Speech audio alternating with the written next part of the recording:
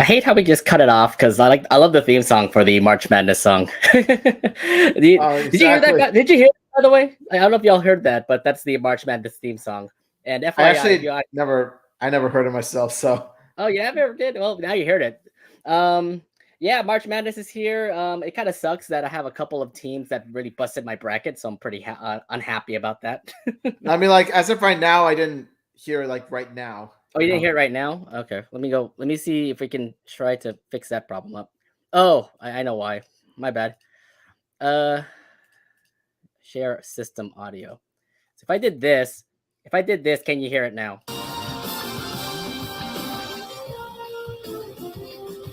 I do hear it, but the sound's a bit funky. But that's really about it. Okay. Anyways, forget it. I mean, we're gonna put the real tournament songs coming up later. Anyways, welcome. This is not a Loud Casa Talks episode. This is going to be a special fan page of the Loud House episode where we're going to reveal today's. This year's 2021 best episode tournament bracket. You guys all voted, by the way, in the preliminary rounds. There was a lot of tournament stuff that was going on, so we spent over 2.5 weeks, no, more than that, pretty much a month, pretty much just settling down like what big matchups to bring up. And now we've got the bracket here. Some surprises that you can't wait to see. Some episodes missing the tournament, some episodes surprisingly making the tournament. But we're all going to reveal it tonight, and it's going to be pretty fun. Some of you might be shocked, some of you might be not, but this is why we're all here for. Anyway, Omid, how you been? I've been great. What is up, Loud Crown Casa Crew? I hope you're all having a good weekend, and yeah, definitely looking forward to what's coming in, and what's not. So yeah, I am definitely pumped up. I'm definitely ready for this. This weekend I was spending time with a friend of mine, and Nice. so yeah, I saw you watching Jujutsu Kaisen. How's that movie? Jujutsu Kaisen Zero is really good. It Ugh, definitely is. It's a satisfying prequel to an amazing anime I show. know. My thing is like, do I need to watch the anime before I watch the prequel, or should I just start with the prequel first and then I can watch the anime? I would say like whichever's your preference, but there's gonna be like a few characters in which thankfully you don't need to watch the original anime to know who the few of these characters are, because a few of these characters, except for the protagonists, Mm-hmm. are already in the original anime itself. So I think you should definitely be good on that. Mm-hmm. Hold up for a second. I need to close the door. uh, hold up for just 1 second. I need to do something. I'll entertain the crowd for like a minute. Will do. Um, and what's going on, guys? Um, so yeah, since Nate will be right back, I'm just gonna say, please comment below and let us know what are your picks to win the best tournament. Yeah, you just comment below, let me know. Yeah. Yeah. You know what, guys? You guys can bring up like whatever comments you come up. We do have a question for y'all to answer. And we are going to go through them once we reveal the tournament bracket. It is the question saying which Loud House Casagrandes episode do you want to win the best episode of 2021? So keep on commenting, and then we'll go through your answers and see if your episode can actually make it through. Anyways, for me, my week has been pretty fun. Work as usual. But at the same time, I ended up getting tickets for a certain gallery that'll be coming up in April. I can't wait for it.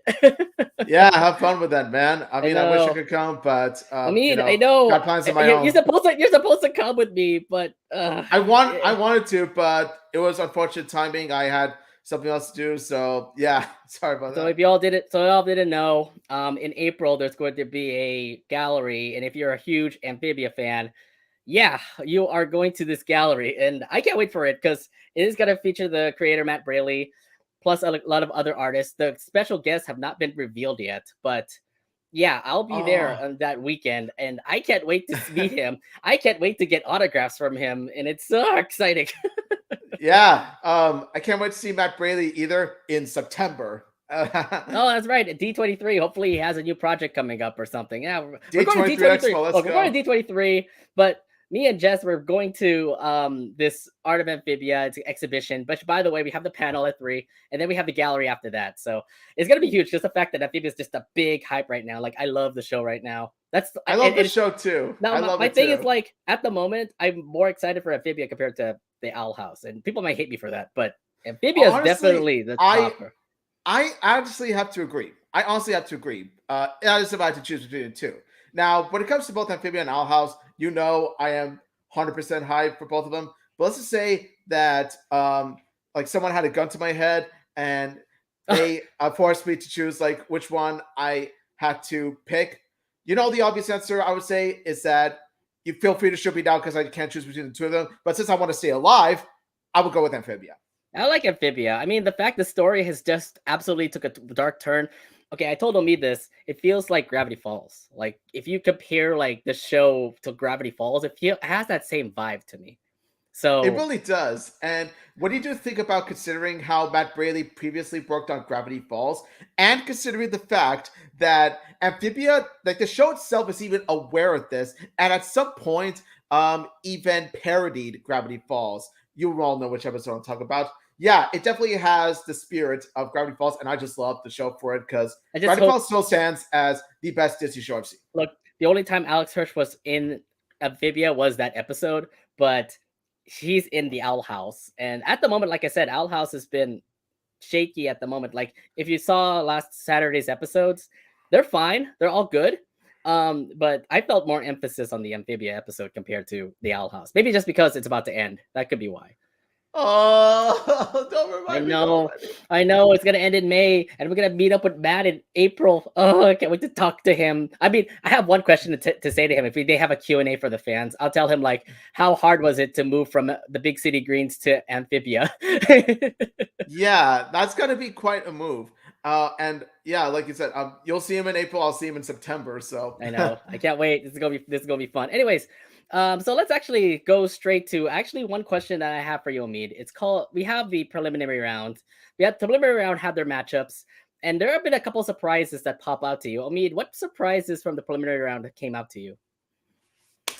well, I think what really surprised me the most was that when a certain episode, which we all hate, we all absolutely hate it, we absolutely dread it, it's absolutely complete garbage, somehow did not make it to the bottom five, or at least what I meant to say is that it got more votes than we previously thought it would. Yeah, Honestly, I'm surprised. You know, Sunny keeps on bringing up the fact about Gossipy Girl, and yet I will let you know. yes, I want to let you know. I am scared it might be in the tournament. I am scared it no, might be in the no, tournament. no, that episode is complete trash. It does not deserve to be anywhere near I that that tournament. look Just no, look absolutely. the votes are really like in the middle right now for Gossipy Girl, and it'll be really funny if it actually does make it all the way to like a certain ranking in the tournament. Remember, there are 24 Loud House episodes and 24 Casagrande episodes coming out of this, and there's a possible chance it could probably be in there, and it's gonna be really interesting to see. Why? Why? I literally. To the What dismay timeline am I living in? What timeline am I living in right I now? don't know. Here's another surprise that comes out to me. Nobody really liked Dynamic Duo, which I thought was a great episode of Bobby and Carl. Why No, did that no. lose? Are you kidding me? How you people have no taste at all? I'm sorry to say this. I don't mean to be disrespectful. Come on, like what? How can you ignore Dynamic Do Over? You people have no taste at all. It is one of the best. I mean, the best Casagrandes episodes out there, in my opinion. Definitely a top tier Casagrandes episode, Yeah, and but my it's favorite season 2 episode. Just but at the shame on you all. but to be fair, it's not actually in the top like 8 because you really want to be the episodes that need to be like the best will be in the top 8. But unfortunately, that wasn't in the top 8, so it's actually going to be in the first round, trying to fight off the whoever's going to play off against Dynamic Do Over. So that's going to be an interesting little matchup, and I'm really shocked about that. Really But shocked about you know that. what they all say? Democracy rules. And Okay, don't you forget it. so Democracy rules. one episode that shocked me in the Loud House side. Where are my little stats here? There are a couple episodes that are in the bottom 5 that I thought would actually go far, and one of them was a lone episode that I thought would do well, like For Sale by Loner. That one I think was actually pretty cool because it's a Mr. Grouse episode. I mean, maybe it's a little experiment. Mr. Grouse can, make it all the way. It has his own episode. I thought it was gonna be a fun episode, but apparently that went to the bottom 5, and I'm like, whoa, whoa, whoa, how? Why was it bad? Let me know, why was it bad? I think it's maybe because when people look at it, they think, oh, it's the Loud House's own Squidville. So their original writing, right? It's like original writing stuff. It's like Loud House does tend to get cliched, but the thing is, though, is that the execution is handled well. Exactly, and I like For the the most part, idea. I like the idea that the episode was talking about it's like a secondary character having his own episode, and then you see some secondary characters already have their own episode. So I'm like, Mr. Grouse is one that always has been popping up. Why doesn't he have his own secondary? Why doesn't he have his own episode? And it worked out fine. So why did it all turn out to be bad for all the fans? I guess it really was that bad. I don't know.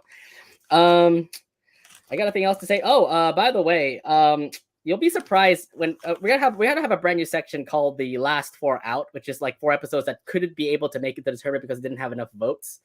There are a couple episodes that, till me's dismay, that will shock you. That will shock you. Yeah, I'm actually prepared. I'm prepared to let out my inner rage once I see it. Because yeah. Get prepared, folks, because yeah, it's gonna. I got no other surprises from the preliminary round. I think everything else did well. I think some episodes did go up in ranking. I kind of feel bad for Curse of the Candy Goblin. It's a good Halloween episode, but when you face off with the other specials, they're way better to me. I love Curse of the Candy Goblin. It's one of the best Halloween episodes I've seen. Like, honestly, Curse of the Candy Goblin is one of my favorite Casagrandes episodes. I don't know what y'all are talking about. I absolutely love it. I love it too, but it didn't make it through, and I'm very sad. So sorry for those that were thinking that Curse of the Candy Goblin will do well. It could be in the tournament. It could not be. It all depends on what we're going to be laying out tonight. So let's go ahead and go straight to it. We're done with our preliminary rounds. Thank you all, by the way, for voting. Remember that you can still vote on Twitter and Instagram for all the tournament matches that will be coming up. That are going to be coming up. So yeah, all the tournament matches will be coming up on Instagram and Twitter. Be aware of the tweets, be aware of the Instagram stories, and then you can vote. You can vote for your matchup winner from there. All right. So without further ado, let's head over straight to our bracket. Well, let's actually start off with our bottom 5.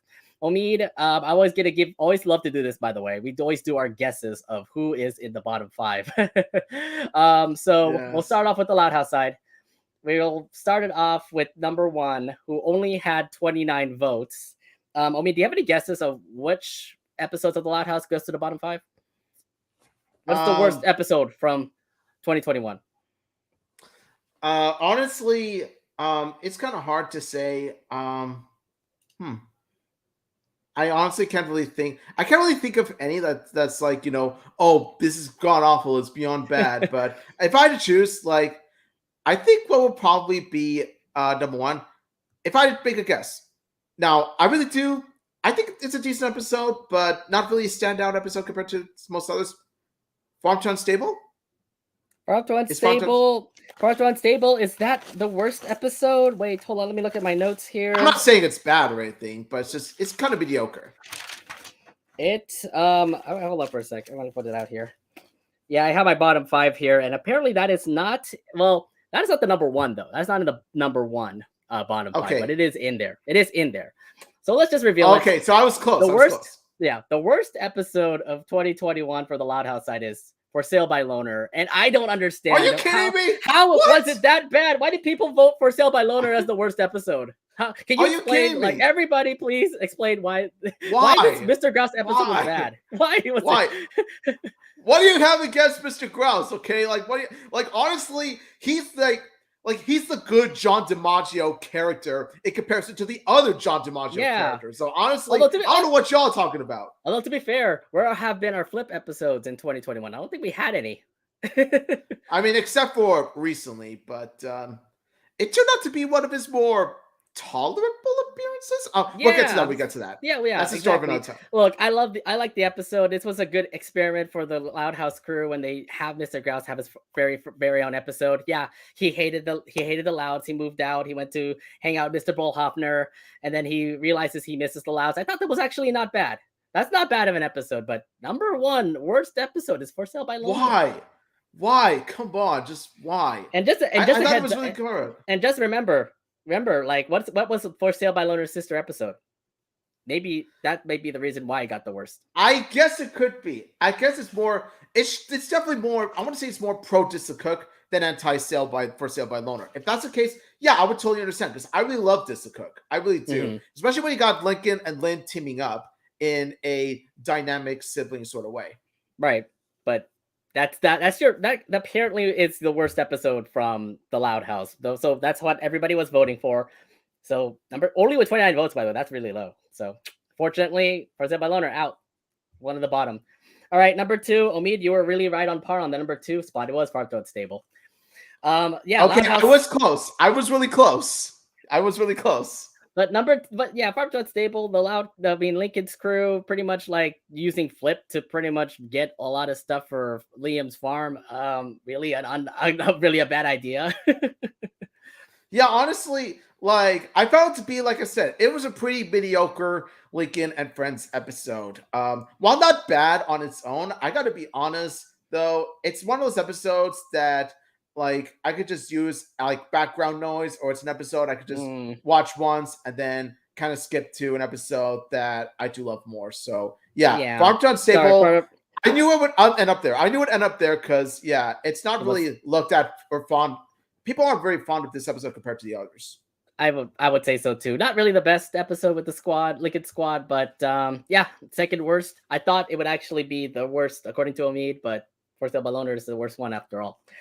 All right, number 3 with only 50 votes. I'm shocked about this one. Number 3, Friday Night Fights was the third worst episode. Yes, third worst episode. Apparently, y'all did like Lisa being the coach for Lynn's team.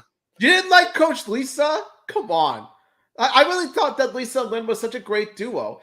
And what really helped solidify this episode was that it's a combination of Lisa's brains with Lynn's brawn. And it takes a different direction in which you thought it was going to be Lynn learning a lesson in the episode, which is that it takes more than bronze to win a game. It also takes brains. But no, the episode takes a different direction with it. And it actually puts a spin on it, and it's actually Lisa who learns an important lesson than Lynn, which is that football is more than strategy, and it's also about the bond you share with the teammates. Exactly, and I don't understand why. Is it because Lisa was in the episode? I love the impact at the end though, where Lisa was like in tears, pretty much saying like, "I couldn't help my sister out." I thought that was actually pretty emotional. It should have actually been in the tournament, but no, bottom 5. I didn't expect that. I'll never understand you people sometimes. I don't know what his sister episode was. What was the sister episode? Director's Rut? Okay. I could understand that. I could actually understand why now, because Director's Rut is so good. I really love this episode. I love Director's Rut. So honestly, based on that factor, then yeah, I would say it's understandable. I would expect Director's Rut to be like number 1 seed overall, though. I'm going to expect it to be like maybe 4 or 5. But wow, Friday Night Fights just definitely down. I just feel like everybody was voting for Luann's episode more than the Lisa and Lynn episode, which I thought was still pretty cool, but I guess they just really wanted Luann more. Yeah, I mean, I like Director's Rut more than Friday Night Fights myself, so you can blame me on this, Nate. I'm pretty guilty of that part too. All right, well, there you go. You're 1, 2, 3. Well, again, Omid is shocked For Sale by Loner being the worst episode overall. And then Friday Night Fights being in the top, being in the bottom 5. Friday Night Fights being in the bottom 5. Then again, it's pro Dis the Cook reasons. So for pro Dis the Cook reasons, I completely understand. Okay. So let's head over to our number 4 worst episode based off your votes. It only had 51 votes. It's School of Shock, the Lisa episode with, when she tries to teach kindergarten to everybody. I was thinking that it was going to be in the bottom 5, but I thought it would actually be like in the 2 or 3 range, not 4. Yeah, I'm actually don't have any arguments against this one. Just like with Front to Unstable, School of Shock was really mediocre to me. Like honestly, not the worst Lisa episode I've seen. Like you all obviously know what it is, but it turns out to be one of the weaker Lisa Loud episodes, in my opinion. The only thing that really brightened my day with this episode was Darcy. So. Hey, Darcy's back. And they at least brought her back. But unfortunately, like they didn't use Darcy well. They underused Darcy for one thing, and second off, the episode seems to forget that Darcy and Lisa are really close friends. Like even though Darcy did make an appearance, she didn't have her lines. There was no hint at their friendship, and that was the major problem. That's what really turned off this episode for me. Yeah, well, I mean, Lisa trying to be the best kindergarten teacher out there. I mean, look, Lisa episodes were improving, but this wasn't a good time for Lisa episodes to improve. Yeah, so School of Shock was definitely not one of those Lisa episodes, but I know that they're trying to improve Lisa during season 5. Yeah, School of Shock. Let me tell you, I'm anything but shocked that this episode actually made it in the bottom 5. Well, there you go. It was in the bottom 5. So yeah, that's your 4th worst. Let's go to the last worst episode based off your votes. 56 episodes, 56 votes for this episode, and it's Diamonds Are For Never. The Are you kidding me? Grouse episode. Yeah. Okay, no. Unlike the last one, unlike the last episode, no. I'm actually not gonna stand for this. I'm not gonna stand for this at all. Okay. I love Diamonds Are For Never. Really love Diamonds Are For Never. Really love it. Because for one thing, the dynamic duo between Lola and Mr. Grouse actually really worked here.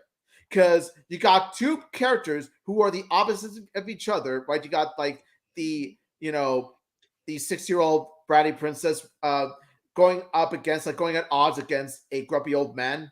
And let me tell you, the rivalry between them, the back and forth, was hilarious to me. Like the back and forth between was so entertaining to watch. But I don't know. Maybe it's because they like their sister episode more, but that's really the only reason why I could ever understand. What was the sister episode? Hurl Interrupted? Maybe I could have been equal. It could have been equal between both of them. It could have been equal for both of them. I'm sorry, no, but I still do not stand for this. Diamonds Are For Never is better than Hurl Interrupted. I feel like it's better. Compared to like Hurl Uninterrupted was the one episode I was like, Lynn, really? You would think you would actually, not like the roller coaster because you hate hurling. I think that was a weird excuse, but that ended up being in the tournament, while Diamonds Are For Never, the sister episode, ended up being last. And I'm like, did you guys not like Mr. Grouse and Lola's interaction? I thought that was actually cool. Both of them really. I love the back and forth. I love the back and forth between them. The competition for the diamond, the insults, the roast that they throw at each other, like, and not to mention the animation, the gags, everything about this worked. Like everything about this felt like a classic Looney Tunes or Tom and Jerry sort of rivalry, and I love this episode for that. Yeah, well, Diamonds Are For Never is your 5th worst episode, but there you go. Loud House fans, this is what you voted for. Top 5 worst episodes: For Sale by Loner, Farm to Unstable, Friday Night Fights, School Shock, and Diamonds Are For Never. Your bottom 5 episodes, and I'm shocked, by the way, on a couple of them. I mean, Friday Night Fights definitely is the one that was most shocking for me. But I want to ask you guys over who's watching, what are your guys' reactions to it? I know a lot of people were pretty angry about it. JD is saying, boy, the fuck. Yeah, JD, I totally feel you, man. I actually totally feel it, because there are a few in there that I find to be really unacceptable that they ended up in the bottom 5. Like Diamonds Are For Never, just why I will never understand. For Sale by Loner, same as For Sale by Loner. I actually thought it was a really heartbreaking Mr. Grouse episode. Honestly, the Mr. Grouse episodes in the bottom 5 here, the 2 Mr. Grouse episodes, honestly, it pisses me off that they were there. They deserve better. Exactly, but now either way, those episodes end up being the 5 worst episodes of the Loud House. I'm gonna say this, by the way, for the Casagrande fans. You're probably not gonna like the bottom 5 of the Casagrandes. Nate, please, go ahead, do your worst. Do you want me to like start with number 1? Okay, we'll start with number 1. Omid, what is your worst episode? What do you think was the worst episode of the Casagrandes? I really want to say, I really want to say, Gossipy Girl. Say Gossipy Girl? Unfortunately, life ain't fair, apparently. Life isn't fair, so if not Gossipy Girl, if not that if not Gossipy Girl, I would say just be cool. Just be cool, please. Just be cool. Okay, well, I do want to let you know that both those episodes are not the number 1 worst episode, though. But I do want to say this. for only 16 votes, the worst episode, and I'm pretty sure Seren will hate me for this. It's Matters of the Cart. 16 votes with both Instagram and Twitter. They really hated this episode. And I don't understand why. Is it really that bad? I get it. Carl skeezing an old man for a cart. Is that the reason why? Honestly, I don't really have a problem with this episode. Like, I don't think it's the worst. Like, it's far from the worst. But I don't really. This is a choice I don't really mind so much because Matters of the Cards I find to be pretty pretty cliche. Okay. Just overall, like I'm sorry. So I'm just gonna say this: Matters of the Cards. It's not a generally bad episode. It has a good lesson, and all that stuff. Mm-hmm. It's just so cliche. It's so mediocre. It's so average. Okay, but does it really need to be worth the bottom episode, the worst episode of 2021? Because I thought that would go to, well, what you said, Omi, Gossipy Girl.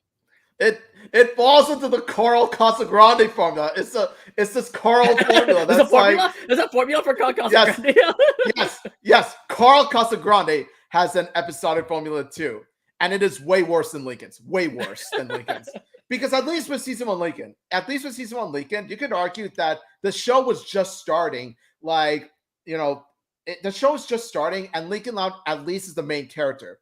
Matters of the Carl Casagrande episodes, especially season 2, like, honestly, look, the reason I find it worse is because, for one thing, Carl is not the main character. Ronnie Yen is the main character. Okay, so that doesn't work. And also, Casagrandes during the time, like, the Loud Casa universe, like, it's already run so many episodes. Like, at the time, it's already like, it's already a veteran set of episodes. It's already a veteran cartoon universe. So honestly, I'm just like, by that point, the Loud Casa universe needs to do better than just Carl episode after Carl episode after Carl episode, and then have them follow the exact same plot line.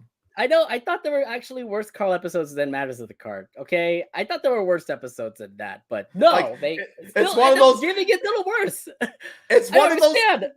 It's one of those Carl learns to be a good boy plot lines, and it's like, how many have we gone already? We've gone like over a dozen, and it's like what really gets me too is that the Casagrande show is ending. You could have used as much time as you had during your runtime to focus on the other characters, to focus on different plot lines with the characters. You could have used that time that you had, like, while the show is running, to expand upon the secondary characters. But no, you had to focus all your attention on a character who isn't even the main protagonist, and then, just go, Carl episode, pretty much like overflow Carl episodes. So okay, so I know that I said that already before, that I said, Seren, I'm sorry that this episode is the worst episode, but apparently it is. I thought there were gonna be more episodes that are worse than that. I love the comments, by the way. Sorry if you're watching this. Gossipy Girl should be in the bottom 5. What the heck? Yes, Bruce, I agree. I could not agree more. And then JG popping up said, Seren, I will kill you, and then I'll kill you again. Oh yeah, like watch, Seren's gonna hire Hitman to pretty much like gun me down or something like that. Seren is probably gonna hate this tournament now just because that episode ended up being the worst. Oh god, yeah, Nate, we're dead, man. Seren knows some boys. Seren knows some guys. Talks. Oh no, Seren knows some guys, and let me tell you, yeah, they're top hitmen. Let me just say. You know so much about the treehouse. I'm a part of the treehouse. I am too, but I'm just not a moderator. So let's get over to our second episode. Let's head over to our second worst episode, and I'm pretty sure all of you are going to be relieved about this second episode that came out with only 19 votes. The second worst episode, Teacher's Fret, is. Oh, sorry, wrong one. Let's just be cool. Yes, thank you. Yes, no, thank you. Screw this up. Teacher's Fret is still second, though. Worst episode. So it's the second worst episode, okay? Yes. Oh my god. Like, you just spoiled number 3, but in a way, I'm still happy that it's there, because let me tell you, that episode is a pile of bird poop. It is a pile of bird poop. And I'm going to tell you why. This episode did not help Ronnie Ann at all. Not at all. And that's what made me hate this episode a lot. This episode and also Ronnie Ann just, like, trying to help, like, her, like, I don't know what she's trying to do, like, break them up. And I'm like, why are you breaking them up like this? This is terrible. Yeah, honestly, number 3 the number 3 worst Yeah, is we'll a just pile of bird poop. This is an even bigger pile of bird poop. It is just so god awful. It is Teacher's Fred. It's just before a certain episode came along, Teacher's Fred was always the worst Casagrandes episode to be. But as of now, it's the second worst. But oh my god, I hated this episode. Honestly, oh yeah. like out of all the selfish, loud Casa character episodes out there, Teacher's Fred is the absolute worst out of all of them. It's honestly the worst selfish, loud Casa character episode ever. And the reason why is because it did Ryan some serious injustice. Serious injustice. Because let me tell you, like Ryan, while she can't be a bit self-centered at times, she never take it to a full extent that she did Teacher's Fred. Teacher's Fred, she was just so unlikable, so bratty, so intrusive. It leaves a bad taste in your mouth. It leaves a bad taste in your It mouth. does. It really does leave a bad taste in your mouth. Ronnie Ann definitely just becomes the bad person in this episode because he's trying to break up her dad and Miss Galliano's possible date together. And even the worst possible time in the ending where like her mom was also trying to date somebody and then she tried to break that up too. And I'm like, what's wrong with you, Ronnie Ann? I get it. You don't want your parents to work together or something. It's weird. But it really didn't help Ronnie Ann at all in this episode. And honestly, another thing too is the ending. I could forgive all of it if it not been for the ending and how crappy it was. Because Ronnie Ann didn't get any form of punishment. Ronnie Ann didn't learn anything because she does the exact same crap again. She pulls the same stuff with her mom at the end. So yeah, it turns out that Ronnie Ann learned nothing at all. I don't know that. Kidding me? What is this? Who wrote this? Yeah, definitely that was the worst. Definitely was one of the worst episodes, but apparently second worst. Takes tomatoes of the card. I don't know how people are voting, but that Teacher's Fred is your second worst. And then we went to Just Be Cool because you didn't know how Sancho was definitely a freaking worse. I believe worse than Sergio, which I thought was surprising. But we had an episode all about Sancho, and I'm like, it's the worst bird ever. Oh my god, and the plot line for Just Be Cool. What was it? The animal catcher was just there because he couldn't be able to go to a pigeon party. I'm like, that's a very bad plot line. What is happening in this episode? It's just all so bad. There's just petty, and then there's whatever the hell this is. Really? All because you got invited for a pigeon party? They're freaking pigeons! Are you serious, dude? What? Do you have that much insecurity that you're really that pissed off you didn't get invited to a party that's animals? That's stupid. It's literally oh my god. What connection do you share with the oh my god. Let me tell you. All I'm going to say is that this is Pigeon Man done completely wrong. Oh god. Pigeon Man done. Hey Arnold did this that's whole pigeon that's like 1,000 better than this episode. That was 1,000 times better Pigeon Man compared to this 1,000 times better. Not even close. Oh my god. This episode, let me tell you. This trial is ironic because let me tell you, this episode is anything but cool. It's anything but. Okay? It might as well just be poo because that's exactly what it is. Although, to be fair, there's a lot of poop jokes in this episode, too. Oh, yeah. You desecrated a statue with your bird poop. Oh, yeah, God. This whole episode is just one big pile of poo. And because another thing, too, is that, like Sancho is just such a pain to watch. Such a pain. Almost as much as Sergio. And the one time that Sergio actually does do the right thing for this entire series and kicks the hell out of Sancho, who causes nothing but trouble, he decides to backpedal on it to go save his best friend for I don't know what reason. And it's really just god awful. I mean, the other thing too is that Sergio I thought would have been a great person. Oh, I thought we actually had some life for Sergio because we all hate Sergio recently. Now we just hope that Sergio was actually a nice guy, actually kicking out Sancho. But no, you actually did have heart for Sancho. So Sancho's the worst bird ever. Why would you even want him to be a part of your friend in your friend group to say? But who asked for a Sancho episode? Who asked for a Sancho episode? Honestly. Look, I understand that the secondary, I understand what the Casagrandes are doing with secondary characters having their own episodes, but this one is definitely not one of them, and it makes sense for the fans to vote for only 21 votes. But yeah, it's right where it belongs. Honestly, in terms of both number 2 and number 3, they are exactly where they belong because I find Just Be Cool to be the third worst Casagrandes episode and Teacher's Fred to be the second worst episode. In terms of the number 1 worst, obviously I don't agree with that. It goes to the other Casagrandes episode, but yeah. Sared, like I said, I'm sorry, but this is how it went. Yeah. uh, anyways, let's head over to our fourth worst episode with only 24 votes. Another Sergio episode, but I thought it was actually okay-ish. It's No Regrets. It's the one where he actually took care of like baby birds. What do you think about this episode? I'm just gonna say this. No regrets. It's one of Sergio's more tolerable appearances. God, I can't believe I just said that. Yeah. Apparently, yeah, No Regrets was okay. It's not really something to squawk over or anything, but seeing Sergio as Obama was a bit far-fetched. I love those two birds though, like the Yoon and Yes, Kwan. Oh my god, they are so Yoon adorable. and Kwan. God damn it, Sid. Like I think they're the only two tolerable bird characters. Watching aside from Walt, Yoon, and Kwan are the only good bird episodes in the entire Lost Causaverse. The only Yes. three good ones. Either way, I did like the fact that Sergio, even like he tried his best to become a parent or something. He trained them, and then at the worst time, he also tried to let them go. And I'm like, oh god, this Sergio. But then at the end, he also tried to become a fatherly figure. He's learning from this episode. And of course, it wasn't his birds. And I like the fact at the end where they actually partied together. It's like, okay, birds love to party. Let's have that as a great ending. Yeah, honestly, I will say this: like Sergio taking care of those two kids, it's honestly the closest thing you can ever get to Sergio actually doing something out of the goodness, if there is ever any, in his heart. Like it's the hard. closest thing. And honestly, I think what really pisses me off about No Egress, not the episode itself, but what comes after, is that we never get to see Sergio visiting Yoon and Kwan for some reason. No. Like we Well, never. then again, Yeah. he visits them over at the zoo, and then But that's maybe really about it. Only a few times.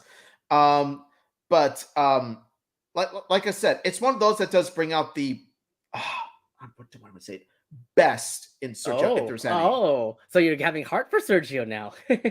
Not no. It's just like I said, it's Okay. the closest thing to Sergio actually doing something right. And yet they decided to just like, you know, they decided to like just sweep it away as if like that relationship never happened because her, we gotta have Sergio and his funny shenanigans.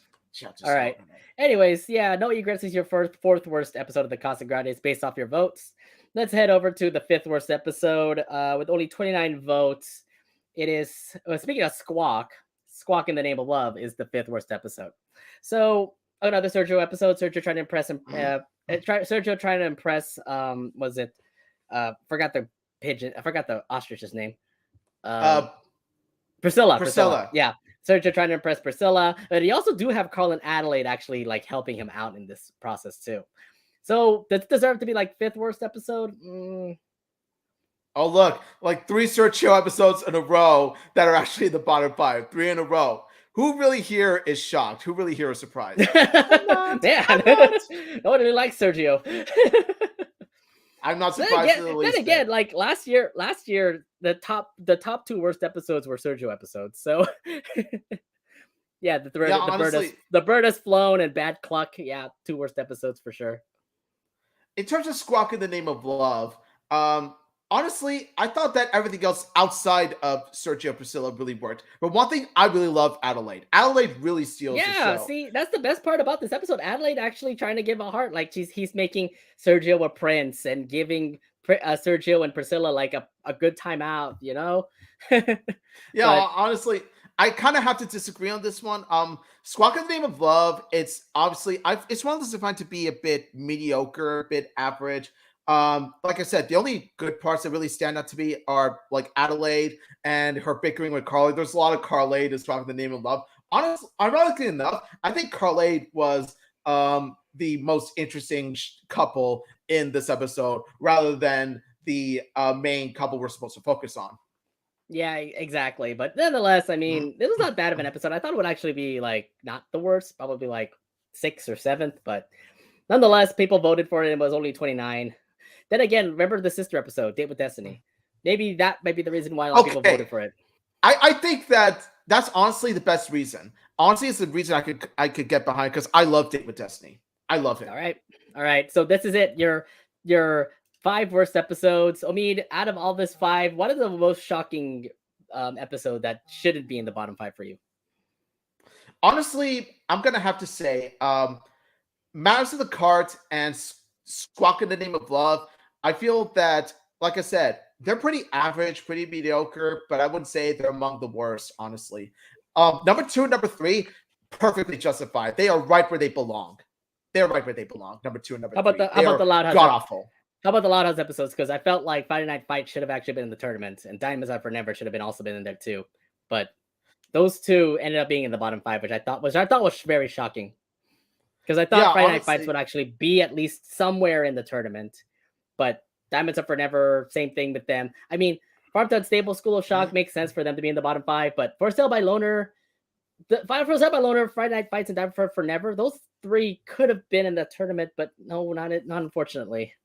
Yeah, it's just not good. I will say that the Casagrandes bottom 5, like where they are, like the Casagrandes bottom 5 is more understandable than the Loud House bottom 5 because, like I said, Casagrandes 2 and 3, like I said, perfect, right where they belong. Screw those 2 episodes; they suck completely. All right. Okay, well, that's pretty much it. This is your bottom 5 episodes, so y'all can probably hate us for just pretty much putting these episodes in the bottom 5. But according to what you all voted for, this is not my decision, but you all voted for it. Remember, you had to vote on Twitter and Instagram, and this is how the results came out, and this is how the bottom 5 is pretty much all set out. Now, let's head over to our tournament as we're about to unveil the tournament bracket. So get your money's worth, get your picks ready. It's time to reveal the 2021 Best Episode Tournament, and we'll start it off with the Loud House division. So let's bring up the music. Where's our music at? Where's our music at? There we go. We don't have the March Madness one. We have the Smash Ultimate Music Extended one. Let's go. Because Smash Bros. Has the best tournament music. All right, so let's zoom into the... Oh, God, it's really loud. Where's my little zoom tool right here? All right, so let's actually head over to our first number 1 overall. Oh, so epic, so epic. Okay, so let me just... I can't hear from this, by the way, so sorry if it's a little too soft for everybody. All right, so let's head over... What we say is more important than the music anyway, so it's fine. Okay, that's true. All right, so let's head over to our first overall. Let's head over to the Loud House division and head over to our number 1 seed based off your votes. Where's my list here? All right, I got all the listings over here. So here's my script for the night. So number 1 episode overall with 148 votes. The number 1 episode overall for the Loud House side is Dream a Lily Dream. Number 1, 148 episodes. And it makes sense for that because it was an absolute epic episode with Lily's dreams being nightmares and Lisa trying to help Lily in that episode, plus Lisa being a huge win in this episode. Finally, a good Lisa episode. Yeah, honestly, like I don't have a problem with this because honestly, I'm just gonna say this: if not for Camped, Dream and Lily Dream would definitely be my favorite Loud House season 5 episode. However, this is my second favorite Loud House season 5 episode, and definitely one of my favorite Loud House episodes ever. I love this episode. Like from the pure imagination of the writers, down to like the Lily's dream being so creative, and of course the battle being so epic. Like Lily goes full on cloud, and just the bond between Lily and Lisa is just so heartwarming. Honestly, like everything about this episode just really worked. All right, then it will face off with the winner of the 16-17 in the first round. This is a pretty shocking episode. This is a pretty shocking result because both these episodes actually faced off the preliminary round. So the 16th seed is Rumor Has It, and the 17th seed is Trading Day. You're technically facing off with each other again. I don't understand how this ended up being like this, but Rumor Has It, yeah, Mr. Bullhoffner's, they're pretty much stuck in Mr. Bullhoffner's cabin, and they had to find a way out. Trading Day is more of a Lana and Lola episode where they try to figure out what's going on with Stella's bunny. I love the fact that these 2 episodes face off the preliminary rounds, and they're gonna face off again in the tournament. I mean, how shocking were you about seeing this again happen in a matchup for the tournament? And who do you have in this matchup? Rumor Has It, I can sort of understand. I mean, I really like this episode, but it's not really one that people keep screaming about. Except for Lincoln's middle name. Training Day, though, I feel it's too low. I really love Training Day, especially with the whole bonding between Lon. It delivers a really powerful message, which is the bond between twins being so strong, not just with the human twins, Lana and Lola, but also with the twin bunnies. which is exactly why one of the bunnies goes rabid because the bunny can't live without his twin. I really love that powerful Yeah. message. I think the message of the training day I think is a whole lot better. And the twins' interactions with Lola and Lana and Stella's bunny with the other twin just makes it feels a whole lot better. So my vote will go for training day, but I believe it's gonna lose to Dream a Little Dream. I think that's gonna go really far in the tournament. Oh yeah, Dream a Little Dream's gonna crush whichever episode, Rumor House or Training Day. Dream a Little Dream's gonna crush it. Let's head over to the bottom part of this bracket. Your number 8 seed, according to your votes, with 108 votes, that goes to Fam Scam, the episode where Lola and Cricket Van Doren meet up with each other, and Lola's trying to hide the fact that Cricket that Lola has a loud family. Omid, how do you feel about it being in the 8th seed? I can see why this episode was ranked that high because of Cricket. Bingo bango. No, not that Cricket. No, not that French Cricket. We're talking about French Cricket, okay? We're talking about French girl Cricket. And also, the bond between Lola and Cricket as friends, it's really touching. You do see why they would become friends. They're both pageant queens in their own sense. And you do see why Lola wants to press this French girl, this French pageant queen, because, she's more, like, Cricket's one of the most sophisticated pageant queens out there. So, yeah, I would say that Fam Scam, it's understandable why it's ranked number 8. All right, then so Fam Scam is your number 8 seed. They're going to be in the second round, but the first round matchup is against the 9th seed and the 24th seed. Let's reveal it for you. The 9th seed is with 108 votes. So close of missing out of the first round, but it is Sprite Bite, the Lucy episode with the Morticians Club trying to become vampires, and they face off with the number 24 seed with only 65 votes, Resident Upheaval. How are you liking this matchup, Omid? I will say this.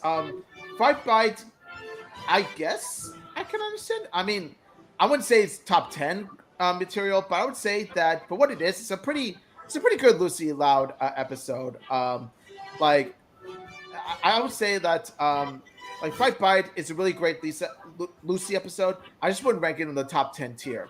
Resident Upheaval, I would say it should be ranked just a bit higher, not by much, but just a bit higher, because I do like how Lincoln and Clyde face off against each other because they want to give their respective grandmas the spot for Sunset Canyon. So yeah, I would say that the rankings could have been just a tad bit different, but honestly, don't really have that much to say other than that. Yeah, I have to say this though. I think Fright Bite definitely would take it just because of the Morticians Club and Lucy. It's getting better with these episodes, and I do like Fright Bite more than Resident Upheaval. I think so too, yeah. All right, let's head over to the bottom side of this bracket here. Let's start off with the number 5 seed overall. According to your votes, the number 5 seed with 113 votes, that goes to Saved by the Spell. It's that Lincoln episode where he's trying to be magicians, and then the whole squad try to make him back out of magician life. How do you feel about it being number 5? Number 5? Really? Is that high? Okay. Lincoln himself is great. Okay, don't get me wrong. Lincoln Loud in this episode himself, perfect writing. It's just like Lincoln Loud is just awesome, as of course Chad Lincoln in season 5, of course. What brings it down though is his friends. His friends really bring this episode down because they have the whole "nothing is for babies" attitude, and it's just, why would you do that, man? Why would you make them so judgmental of Lincoln's interests? They're supposed to be better this. And Clyde, hello. You guys are into Ace Savvy, and you had this lesson in Deal Me Out where it doesn't matter what you like as long as you're not hurting anyone. Hello, Clyde. Do you not remember? Hello, anyone home? Hello. I didn't know it would actually be up in the top 5 position, but a lot of people did love Saved by the Spell, and according to all votes, you all voted for it, and now it's in the top 5. So either way, I mean, Lincoln was great. He did show off to his friends that he's the best magician around. His friends are definitely douchebags for just trying to make him cut off of magic. But no, you can't do that. You can't do that. Just exactly. But magic is a part. Magic is a special part of. I just love the scheming. I just love the scheming in the episode. I mean, Stella becoming like that one freaking like yodel guy, yodel boy. I'm like, oh god. Okay. First off, funny, but oh my god, this is just way too. Stella, come on. You're supposed to be better at this. Come on. Where do you come up with yodel boy? That's an uncreative name. Like I said. Saved by the Spell, like I said, Lincoln Loud Yeah, it's top 5 material. Just Lincoln Loud himself in the Saved by the Spell, but everything else about it, especially his friends, just no. I'm sorry, I don't accept this. All right, let's head over. So the number 5 Saved by the Spell episode will face off with we'll face off with the first round matchup 12 versus 21. Let's reveal those episodes for you. Based off your votes, the number 12 seed with 101 votes, that goes to that's Zack Attack. Much Ado About Noshing.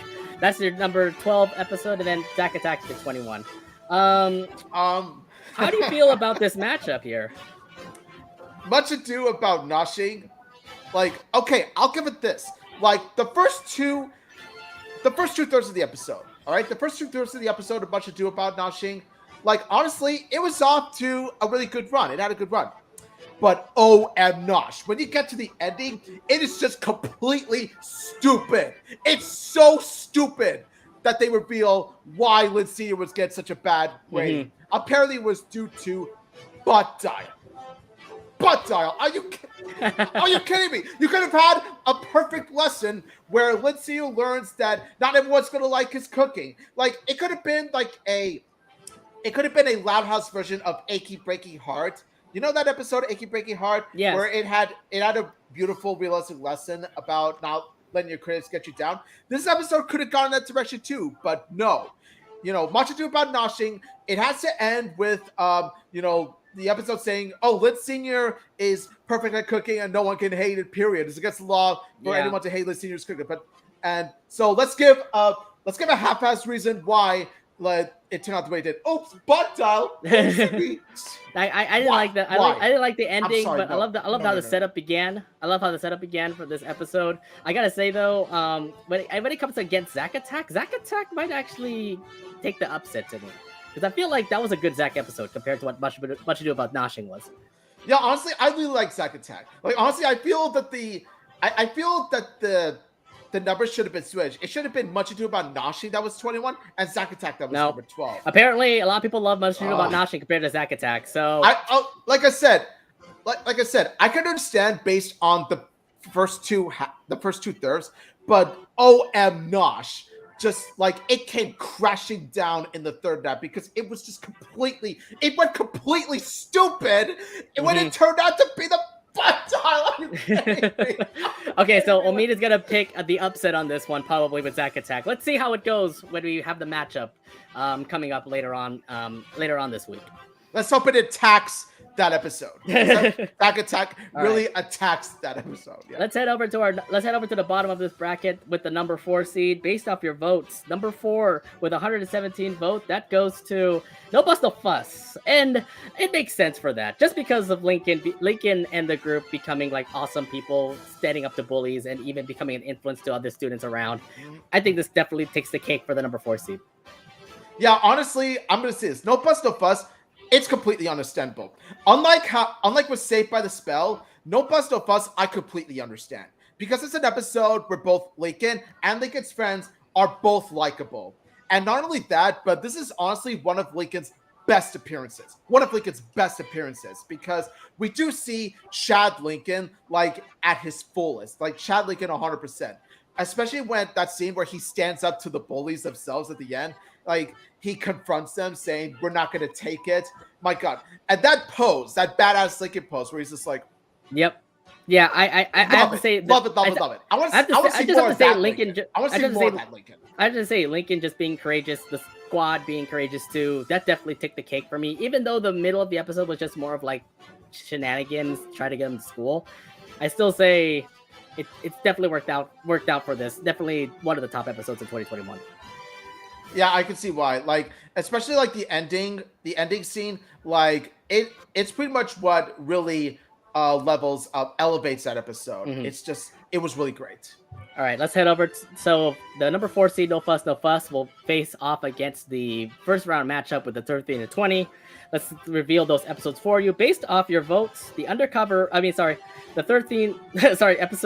Seed number 13 is Undercover Mom with 101 votes. And it will take on the number 20th seed with 84 votes, Animal House. So, an interesting episode between the both of them. Undercover Mom is where Rita started to invade on Luna, Luann, and Lenny's high school life, trying to figure out why they don't hang out with their mom that much. While in Animal House is more of Lana trying to save animals from being sent over to another state. How do you feel about this matchup? Who are you going to go for? I will say, in terms of Undercover Mom, now you had it right there. You had it right there. Like, the setup was perfect. Where you did have, I understand Rita's dilemma, because it's a dilemma that a lot of adults go through. Like, they watch their kids grow up and then they do their own thing. I really do feel for Rita, and it is understandable why she would do this. Like you had it perfectly set up for. This was a setup for a really good episode. But the parts that didn't work about this episode really dragged it down for me. I'm sorry, but I also really loved Luna saying, "My girlfriend Sam." When I saw that, you saw my live reaction. I was just like, ah! So honestly, I was expecting it to be an episode that I like. But it ended up being an episode that I was not a fan of. And it really pains me to say this, because I really wanted to like this episode. I really did. But honestly, the parts that really did work were really stupid. Like, first off, like, how could you dumb down Luna and Luann, my top two favorite Loud House characters? I can understand Lenny falling for Rita's disguise that easily. But Luna and Luann, who are supposed to be smarter than that, who's supposed to see right through the disguise, I'm sorry, but no, you don't do that. I'm sorry. And also, how dare you do Chaz dirty? I'll never forget what he did to Chaz. Just how dare you? Scott, who in that case. Who the hell is that black guy? Who the hell is that black guy? That black-haired guy? Okay, so who the hell was he? Besides that, yeah, Undercover Mom definitely. It's just an interesting little concept where Rita wanted to be, try to go back to high school just to see her kids and everything. I feel like that's a good, that's fine for Rita's case. But in Animal House, where you get to see Lana try to hide like animals and make them make them like hers. I don't know. This is gonna be quite an interesting matchup. I think Omid gonna pick Animal House just because Sam was there. Yes, just like how I fangasmed over the mention of Sam in Undercover Bond, I equally as much fangasmed over the appearance of Sam. Not only that, but I really like Animal House, and I feel that outside of Sam, this Lana episode is really solid because it shows the deep bond that Lana has with her animal friends. So you gotta go. Yeah, it's understandable. So you gotta go for Animal House on this versus Undercover Mom. Yes, absolutely. Animal House, I feel, is a better episode. So Mina's gonna go for the upset for Animal House, but Undercover Mom, like I said, not bad because it talks about Rita. It is a Rita episode.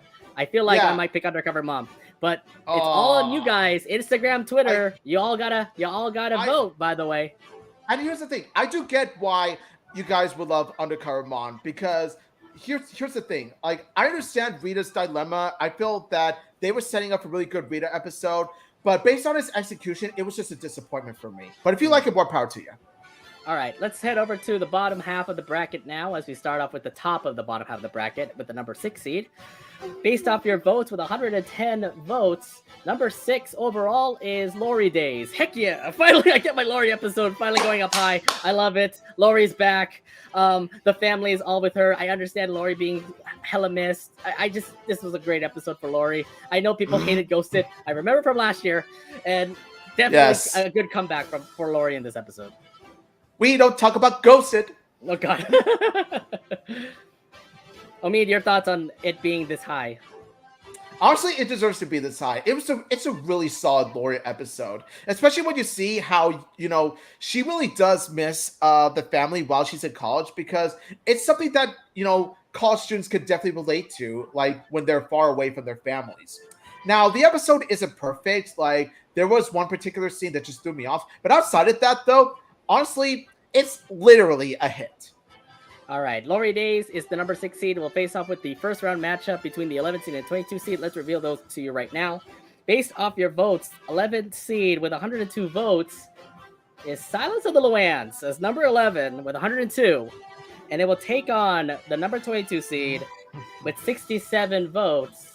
She's All Bats. So, interesting little matchup we have here. Omid, how do you like this matchup? Who are you going for? Honestly, I feel that I think they're perfect the way they are. Silence of the Lambs, I can see why it's ranked that way.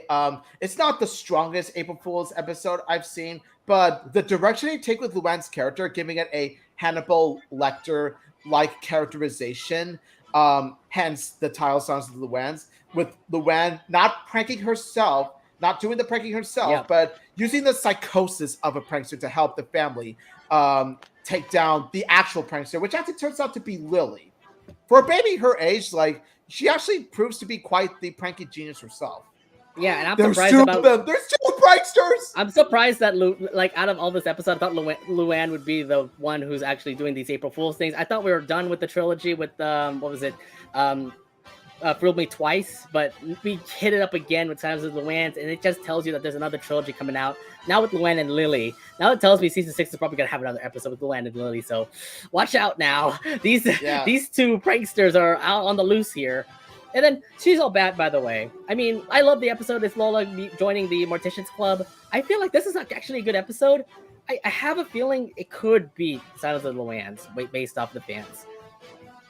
Now, honestly, I'm just gonna say this episode, it's not all bats, if you know what I mean. It's not that bats. Yeah. But it's not the strongest Lucy or Lola episode either. I understand what Lucy's going through because it's her sibling getting all the attention in a squad that's supposed to be Lucy's, so I understand why she did what she did. But I do have to say this though, when it comes to these two, I'm going for Silence of the Lambs. Okay, all right. So you went for Silence of the Lambs on that. I'm going She's All Bad. We gotta probably be opposites on this one, but definitely a good matchup. Definitely a good matchup. Against Lori Days, that's gonna be another story. But I feel like this is definitely one of those top ones. I have a feeling like these two right here, Much Ado About Nothing and Zack Attack, that's definitely going to look like upset alert there. Plus Animal House versus Undercover Mom, that's gonna be upset alert too. This is why I love the first round, because anything can happen in the first round. Yeah. Much like March Madness, right? I love it. I love March Madness. Things can happen also all of a sudden. Love it. All right, let's head over to the bottom half of this bracket here with the number 3 seed. And this surprised me, by the way, for the number 3. Based off your votes, with 124 votes, number 3 is This the Cook. So, okay, Chef Pat having an episode and Lynn and Lincoln working together to figure out the mystery of why Chef Pat hates them. Number 3, how do you feel about that?